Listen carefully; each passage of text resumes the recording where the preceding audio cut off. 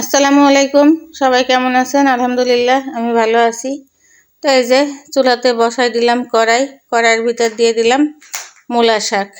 মূলা শাকটা আমি টাটকাই এখন তুলে নিয়ে এসেছি। সবাই হয়তো বলবেন কোথা থেকে তুলে নিয়ে আসলাম। হ্যাঁ, আমাদের পাশে একজন লাগিয়েছিল, সেখান থেকে আমি টাটকা মূলা শাক তুলে নিয়ে এসেছি।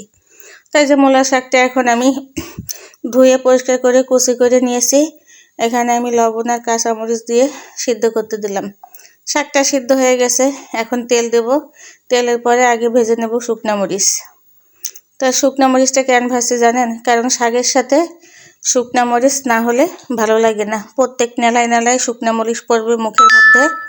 তো এই যে শুকনা মরিচ ভাজা হয়ে গেছে, এখন আমি দিয়ে দিলাম পেঁয়াজ রসুন।